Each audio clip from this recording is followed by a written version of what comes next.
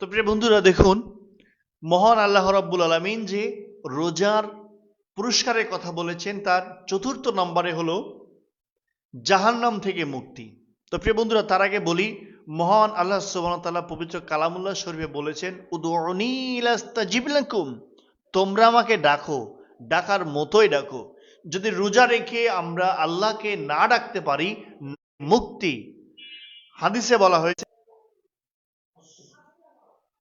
প্রিয় বন্ধুরা, জাহান্নাম জাহান্নাম থেকে মুক্তি, এটা হলো রোজাদারের চতুর্থ নম্বর পুরস্কারের কথা। আল্লাহ সুবহানাহু ওয়া তাআলা বলেছেন, উদউনি লাস্তাজিব লাকুম, তোমরা আমাকে ডাকো, ডাকার মতোই ডাকো।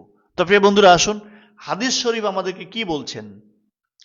আবু সাঈদ খুদরি রাদিয়াল্লাহু তাআলা আনহু থেকে বর্ণিত, তিনি বলেন, রাসূল সাল্লাল্লাহু আলাইহি সাল্লামকে বলতে শুনেছি, যে ব্যক্তি আল্লাহর রাস্তায় একাধিক রোজা পালন করবে, আল্লাহ তার মুখমণ্ডলকে জাহান্নামের আগুন থেকে 70 বছরের দূরত্ব যে রাস্তা আছে, সে রাস্তাকে আপনার দূরত্ব রাখবে। তাহলে বুঝতে পারছেন, যদি আপনার রোজা, আপনার সিয়াম আল্লাহ তাআলা কবুল করেন, তাহলে জাহান্নামের আগুন আপনার মুখমণ্ডলের তাপ আসার আগে 70 বছর যে দূরত্ব যে রাস্তা, সেই রাস্তাটাকে আপনার ভিতরে তৈরি করে দেবেন। অতএব জাহান্নামের আগুন আপনাকে স্পর্শ করবে না।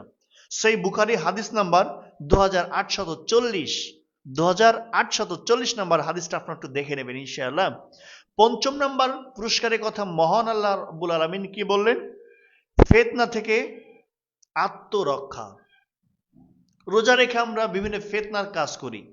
এই ফিতনা থেকে যদি আপনি নিজেকে সংরক্ষণ করতে পারেন, নিজেকে গুটিয়ে নিতে পারেন, তাহলে মহান আল্লাহ রাব্বুল আলামিন আপনাকে কি পুরস্কার দিবেন, রাসূল সাল্লাল্লাহু আলাইহি সাল্লাম তিনি বলে দিয়েছেন হাদিস শরীফে। হয়তো হুজাইফা রাদিয়াল্লাহু তাআলা আনহু থেকে বর্ণিত, রাসূল সাল্লাল্লাহু আলাইহি সাল্লাম বলেন, মানুষ নিজে, পরিবার, পরিজন, ধন সম্পদ, সন্তান সন্ততি, পাড়া প্রতিবেশীদের ব্যাপারে যে ফিতনার পড়িত হয়, নামাজ, রোজা এবং ন্যায্য আদেশ দানে যারা নিজেকে উপলব্ধি করে, ফিতনা থেকে দূরে রাখে নিজেকে, তাহলে রব্বুল আলামিন কি বললেন? সে আল্লাহর কাছে সবচাইতে উত্তম বান্দা, এবং রোজাটা আল্লাহ রাব্বুল আলামিনের কাছে কবুলিয়াত। সুবহানাল্লাহ বিহামদি। সেই হাদিস, সেই বুখারী হাদিস নাম্বার হলো 525।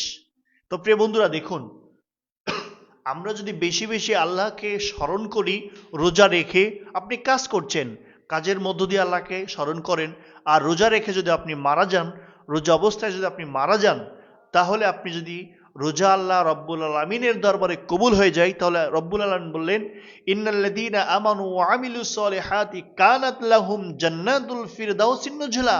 হে বান্দা, তোমার সমস্ত কাজ, তোমার জীবন, তোমার জিন্দেগি, তোমার বান্দেগি আমি আল্লাহ আমার কাছে পছন্দ হয়ে গেছে।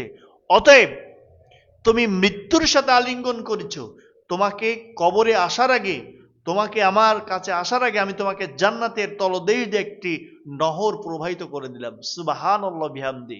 তাহলে চিন্তা করুন, আপনি আল্লাহর কাছে কতটুকু গুরুত্বপূর্ণ এবং কত গুরুত্বপূর্ণ রোজা আপনি বহন করছেন, এটা পালন করবেন ইনশাআল্লাহ। আসুন 6 নম্বর, রোজা সুপারিশ কারীর পক্ষে থাকবেন। রাসূল সাল্লাল্লাহু আলাইহি সাল্লাম বলেছেন হাদিস এবং কোরআন দিয়ে, আপনি কোনো রোজার যদি রাখেন, তাহলে এই রোজা কি করবে? আল্লাহ সুবহানাহু ওয়া তাআলাকে বলবেন কিয়ামতের এই কঠিনতম দিবসে, হে আল্লাহ, সারা দিন, দিনের বেলা না খেয়ে না দে সে আমি রোজা আমার জন্য চেষ্টা করেছে তোমাকে সন্তুষ্ট করার জন্য। অতএব আমি তোমার এই পাগলপাড়া গোলামের জন্য তোমার কাছে সুপারিশ করছি, খবরদার আমি রোজা, আমি তোমাকে বলছি এই গোলামকে তুমি জাহান্নামে দিও না। কোরআন কি প্রমাণ করেছেন? কোরআন বলেছেন, কোরআন ও কিয়ামতের ময়দানে রোজা আপনার জন্য সাক্ষী হয়ে দাঁড়াবে। রোজার জন্য কোরআন বলবেন, হে আল্লাহ, সারাটা রাত জেগেছে, সে দেখেছে, আমি কোরআন সাক্ষী দিচ্ছি এই গোলামকে তুমি জাহান্নামের আগুনের দিকে নিক্ষেপ করো না। অতএব আপনি কোরআনের পথে থাকলে, কোরআনের সাথে থাকলে কোরআন আপনার সাথে থাকবে ইনশাআল্লাহ। এটা মাথায় রাখতে হবে।